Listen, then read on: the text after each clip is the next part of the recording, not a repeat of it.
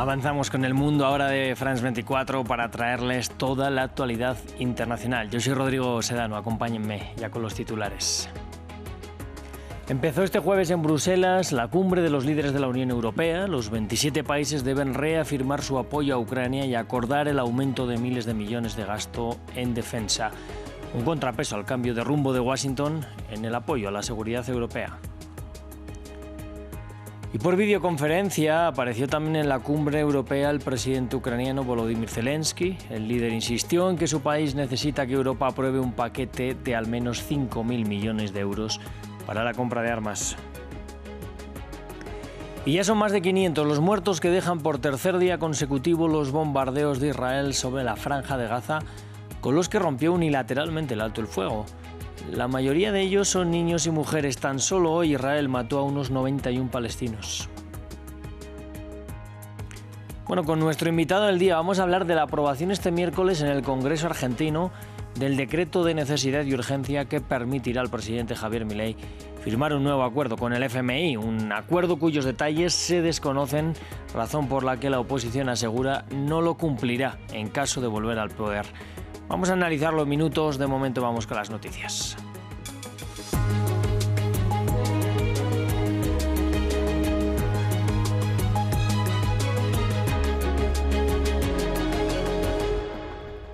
Pues abrimos el informativo en Bruselas, donde empezó este jueves la cumbre de los líderes del bloque comunitario, un encuentro en el que los 27 deben acordar el plan de rearme propuesto por la Comisión Europea y su financiamiento, además de reafirmar su apoyo a Ucrania.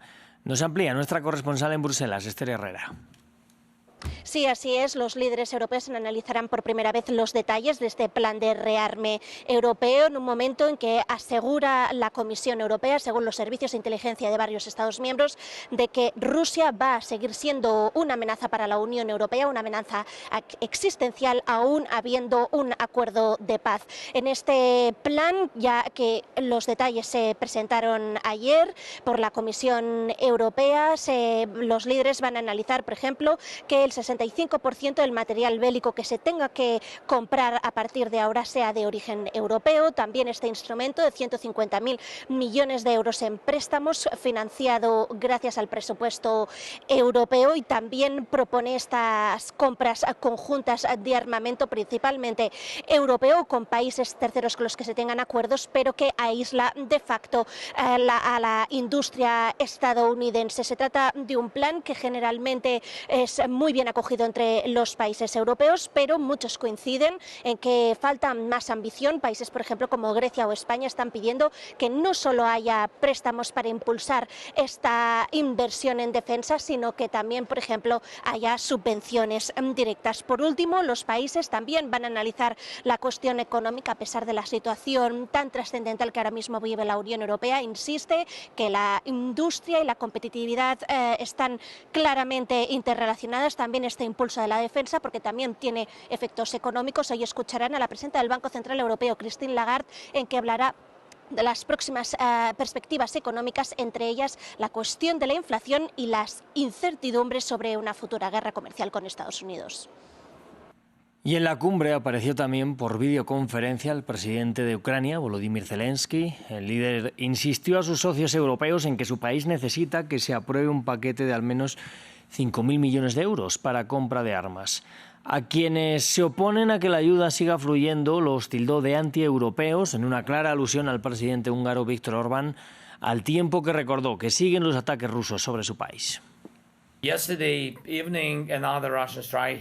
Ayer por la noche otro ataque ruso impactó nuestra infraestructura energética. En Ucrania nos enfrentamos a esto día y noche, lo saben. Y a pesar de las declaraciones de Putin sobre su supuesta disposición a detener los ataques, nada ha cambiado. Vamos a cambiar de tema porque Israel mató a más de 91 palestinos en las últimas horas en nuevos ataques sobre la Franja de Gaza. Las bombas alcanzaron viviendas de todo el enclave, asesinando principalmente a mujeres y niños mientras dormían. Más de 500 personas han muerto ya desde que Israel reanudó el martes sus operaciones contra el enclave y rompió con ello de forma unilateral el cese al fuego con Hamás. La UNRWA dijo que 5 de sus colaboradores también perecieron. Israel estrecha el cerco sobre la Franja de Gaza. El gobierno israelí anunció este jueves que las operaciones terrestres selectivas del ejército en el enclave palestino permitió asegurar parte del corredor Netzarim, que corta el territorio a la mitad por el centro. Junto a Gaza puedo decirles que Israel está intensificando la lucha contra Hamás. El ejército ha renovado las operaciones terrestres selectivas, asegurando zonas clave hasta el centro del corredor de Netzarim. Nuestras fuerzas controlan ahora el centro y el sur de Gaza, ampliando la zona de seguridad y creando una zona de amortiguación parcial entre el norte y el sur. También este jueves, el ejército israelí prohibió todo el tráfico en la carretera de Salaheddin, la principal vía con dirección norte-sur de Gaza. Mientras tanto, la situación humanitaria sigue empeorando. La Agencia de Naciones Unidas para los Palestinos, o UNRWA, confirmó que desde el martes murieron 5 de sus trabajadores. Gaza se ha convertido en poco tiempo en uno de los lugares más peligrosos para ser trabajador humanitario. El número de muertos entre los trabajadores humanitarios es el más alto del mundo. En UNRWA ha sido el más alto en comparación con cualquier otro conflicto sin precedentes en la historia de las Naciones Unidas.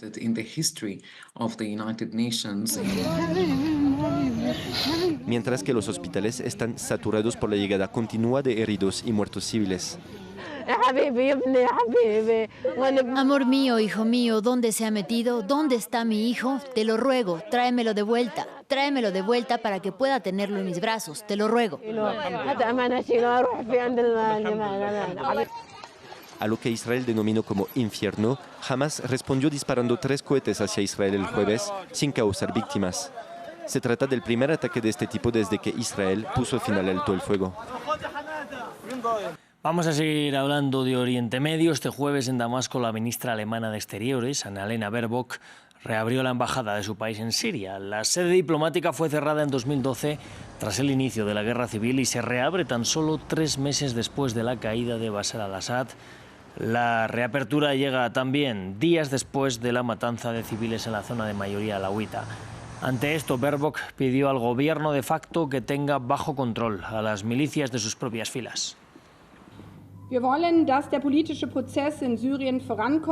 Queremos que el proceso político en Siria avance y lo apoyamos en la medida de lo posible. Para ello, como europeos, como la República Federal de Alemania, necesitamos que nuestros colegas sean nuestros ojos y oídos sobre el terreno. Lo acabo de decir claramente. Como europeos, no apoyaremos el resurgimiento de las estructuras islamistas. Y quiero destacar que un indicador de ello es la participación de las mujeres, ya que representan el 50% de la población. Y por segundo día consecutivo continúan las manifestaciones en Turquía para denunciar la detención del alcalde de Estambul, Ekrem İmamoğlu, principal opositor del presidente Erdogan, quien debía ser nombrado candidato a las presidenciales de 2028 este mismo domingo. En redes sociales, İmamoğlu denunció una injusticia. Nuestro corresponsal Adrià Rocha nos amplía desde Estambul. Por segundo día consecutivo, decenas de miles de personas, tanto en Estambul como en las grandes ciudades de Turquía, protestan en contra de la detención ayer por la madrugada, miércoles, del alcalde precisamente de Estambul, de Ekrem İmamoğlu. İmamoğlu fue detenido en su propia casa, residencia, acusado, según la justicia turca, de ser el líder de una supuesta banda criminal y de tener vínculos con la guerrilla kurdo-turca del PKK. La oposición turca asegura que su persecución política y su juicio es básicamente un juicio político en contra del líder político que de verdad puede hacer frente al presidente turco Recep Tayyip Erdogan. Así lo atestiguan todos los sondeos del país, que apuntan incluso que el alcalde de Estambul, Ekrem İmamoğlu, es más popular y podría tener mejores resultados en unas elecciones presidenciales que el propio presidente turco. De hecho, esta detención llega tan solo unos pocos días antes de que İmamoğlu fuese declarado oficialmente como el candidato de la oposición a la presidencia de Turquía en unas primarias abiertas que tenían que ocurrir este domingo. No se sabe qué va a ocurrir con ellas ahora que İmamoğlu ha sido detenido. Sin embargo, los líderes opositores turcos del partido y de otros partidos apoyan aún a este supuesto próximo candidato, a pesar de que esté en la cárcel, y mientras tanto han declarado protestas y manifestaciones en todo el país, no solo en Estambul, sino en todas las grandes ciudades del país. Mientras tanto, Turquía vive en un clima de tensión máxima. Estas protestas han sido prohibidas y Internet desde ayer hasta probablemente el domingo será parcialmente bloqueado en Turquía. Y nos vamos a África porque el Parlamento de Etiopía introdujo este jueves un nuevo impuesto para todos los trabajadores como parte del paquete de medidas destinadas a llenar el vacío financiero dejado por la suspensión de la ayuda de USAID, la Agencia de Estados Unidos para el Desarrollo Internacional. El país africano atraviesa varios conflictos en algunas de sus regiones, como en Tigre, que se recupera de 2 años de guerra. Este contexto ha dejado a millones de personas sin ayuda alimentaria ni atención médica. Y ahora nos vamos a Canadá. Según la agencia AFP, el nuevo primer ministro canadiense, Mark Carney, anunciará el domingo que convocará elecciones parlamentarias anticipadas para el próximo 28 de abril. Mark Carney asumió la semana pasada como primer ministro en reemplazo de Justin Trudeau. El líder del Partido Liberal aspira a obtener la mayoría en el Parlamento en medio de las tensiones con el gobierno de Donald Trump. Bueno, y en este repaso a la actualidad, pocas veces alegre, hoy queremos hablar de felicidad. Finlandia sigue siendo el país más feliz del mundo por 8º año consecutivo, según el informe anual sobre la felicidad de la ONU, publicado este mismo jueves. El informe sitúa a Estados Unidos en el puesto más bajo de su historia, mientras que Costa Rica se ubicó en el 6º lugar y México en el 10º. Veamos. El sol finlandés vuelve tras un largo y oscuro invierno, mientras los renos serpentean por los densos bosques del norte, un modo de vida que parece dar alegría a los ciudadanos finlandeses, que por 8º año consecutivo han sido nombrados como el país más feliz del mundo. Parece que los finlandeses están satisfechos con su vida y tiene mucho que ver con que tenemos una sociedad que funciona bastante bien, la democracia funciona bien, tenemos elecciones libres, libertad de expresión, bajos niveles de corrupción. La alta puntuación de felicidad del país puede explicarse en las libertades civiles, un estado del bienestar o la redistribución de la riqueza, y muchos señalan otro elemento clave. Creo que viniendo de Inglaterra, lo que más me llama la atención de Finlandia es el énfasis en la naturaleza. Los países nórdicos tuvieron una alta puntuación. Junto a Finlandia siguieron Dinamarca, Islandia y Suecia. Costa Rica es el país de Latinoamérica mejor colocado, seguido de México en el 10º puesto. Pese a la guerra, Israel alcanzó el 8º puesto y Estados Unidos cayó al puesto 24 de la lista, su peor puntuación desde el primer informe en 2012. La clasificación emplea datos de encuesta junto con el PIB per cápita, el apoyo social, la esperanza de vida, la libertad, la generosidad y la corrupción. Según el redactor jefe del informe, las cifras muestran también un aumento en la ansiedad en todo el mundo. Las grandes turbulencias políticas de estos días tienen mucho que ver. Las emociones negativas como la ansiedad, la preocupación, el estrés en todo el mundo, el grado en que la gente se preocupa ha aumentado extraordinariamente. Francia llegó al puesto 33 a pesar del énfasis francés en las comidas compartidas, que los científicos consideran uno de los secretos de la felicidad. Y vamos ahora con deportes. Sorpresa en el Comité Olímpico Internacional, que eligió en primera vuelta a la ex nadadora zimbabuense Kirsty Coventry como su nueva presidente. En primera vuelta, Coventry es la primera mujer y la primera africana a acceder al puesto. A partir del 24 de junio va a suceder al alemán Thomas Bach y tendrá dentro de sus desafíos la protección del deporte femenino, así como gestionar el caso de Rusia, que recordemos sigue marginada de casi todas las grandes competencias deportivas. Y vamos a continuar con nuestra serie dedicada a la francofonía. Elise de Villeco, originaria de París, vive hace más de una década en Argentina. Tras conocer a su pareja, regresaron a Francia para aprender los secretos de la producción artesanal de queso de cabra. Con estos conocimientos volvieron al país suramericano, donde comenzaron a trabajar en la producción. Llevan ahora adelante el proyecto en su granja, 11 hectáreas, en las que tienen 80 cabras y ofrecen quesos del más puro estilo francés. Lo vemos en este reporte de nuestro corresponsal en Argentina, Natalio Cosoy. Mi nombre es Elise de Villeco de Ranxon, tengo 33 años y soy francesa y nací en París. Vine por un intercambio de facultad hace 12 años. Al final de mis estudios tuve el deseo, el sueño de ir a conocer Ushuaia, que era el final del mundo. Y durante mi viaje conocí a Fernando.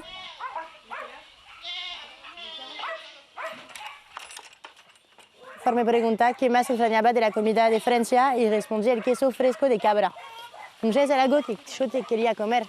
Yo comía quesos muy ricos porque ya había queso de vacas, pero era muy difícil conseguir un queso de cabra y más un queso de cabra de receta francesa. Y la idea era traer Francia. Yo creo que el más grande cumplido que me pueden hacer es decir, me trae Francia en boca. Y bueno, acá es mi queso, un queso que quise traer a Argentina porque cuando era chiquitita íbamos mucho en los mercados para comprar la comida y mi mamá no me compraba azúcar y me compraba estos quesitos que tenía ganas de traerlo, que se llama bouchon, que significa corcho en francés. Tenemos 11,5 hectáreas, donde tenemos una parte productiva con la pastura de alfalfa, pastura de trégol, también tenemos pastura natural y tenemos una parte que es el galpón, donde están las cabras, que yo la llamo la casa de las cabras, donde duermen, donde le damos comida. Elaboramos todos los días, así que también tenemos que desmoldar los quesos el día anterior, salar, dar vuelta a los quesos, embalar, fabricar. La cosa que me incorporaron a mí de Argentina, creo que la primera cosa es el mate. Me hice mate adicta, desayuno mate y cuando voy a Francia siempre tomo mate. Me gusta compartir la cultura del mate con mis amigos. Soy más argentina que el dulce de leche.